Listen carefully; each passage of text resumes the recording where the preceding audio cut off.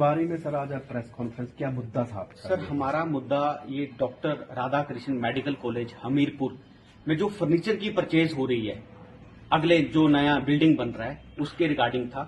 ये टेंडर 10 करोड़ रुपए का टेंडर है फर्नीचर का, लेकिन इस टेंडर को इस तरीके से बनाया गया है कि इसमें सिर्फ एक ही कंपनी क्वालिफाई करे।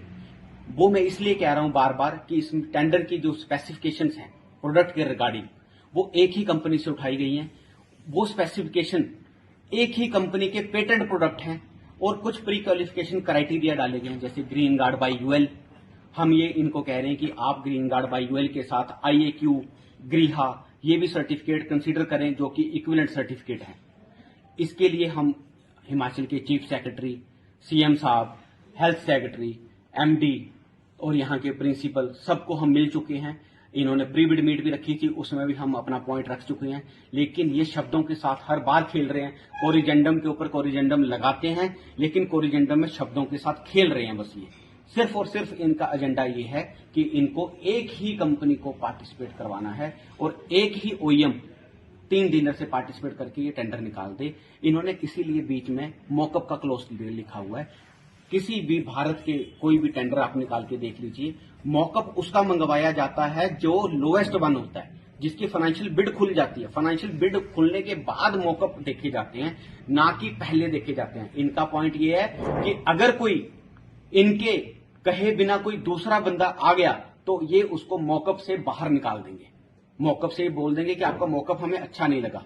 आपको हो सकता है कि मेरी पहनी हुई शर्ट अच्छी ना लग रही हो और दूसरे बंदे को अच्छी लग रही हो, लेकिन शर्ट तो शर्ट है, स्पेसिफिकेशन है। आप मॉकअप का क्लॉज हटाएं इसमें से, आप लोगों को फेयर पार्टिसिपेशन का मौका करने के लिए दीजिए।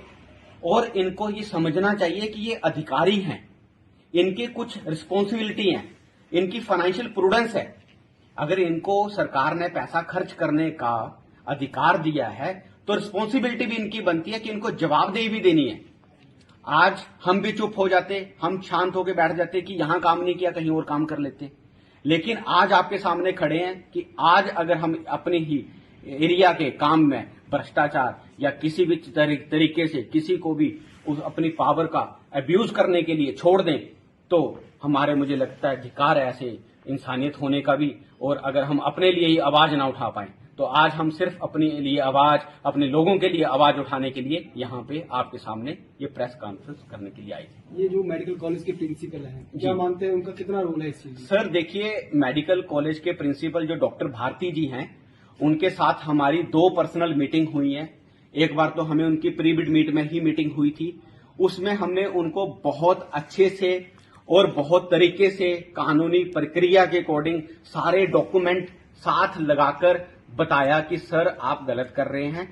गवर्नमेंट के रूल्स ये कहते हैं, अगर गवर्नमेंट के रूल्स गलत हैं तो उस बेस के ऊपर डीमेरिट आप हमें कर दीजिए, लेकिन मेरिट्स के ऊपर हमें आप पार्टिसिपेशन करने का मौका दीजिए। लेकिन ही इज वेरी एडामेंट कि नहीं, हमारा जो मन करेगा हम बोलेंगे, आप थोड़ी ना डिसाइड करोगे कि क्या करेंगे। सर देखिए, गवर्नमेंट में जब स्पेसिफिकेशंस डलती है ना टेंडर में, तो वो स्पेसिफिकेशंस इस तरीके की होती हैं कि मैक्सिमम लोग उसमें पार्टिसिपेट कर पाए, ना कि 1 या 2 प्लेयर कर पाए। सर 10 करोड़ के काम को अगर कंपटीशन होगा तो अच्छे रेट्स डलेंगे, इनको अच्छा माल मिलेगा। ऐसे क्या होगा, कोई एक प्लेयर रहेगा तो वो अपने रेट मैनेज करेगा, वो अपने 3 प्लेयर से पार्टिसिपेट करेगा, और कोई 9 लाख 90 करोड़ 70 लाख इस तरीके से वो कोई भी अनऑप्शन आप रेट डाल के जिसमें कि मैनेज हो जाते हैं, जिसको हम कह देते हैं कि आप कह लो कि फेयर पार्टिसिपेशन जहां पे खत्म हो जाता है वो उस तरीके से कर देते हैं सर।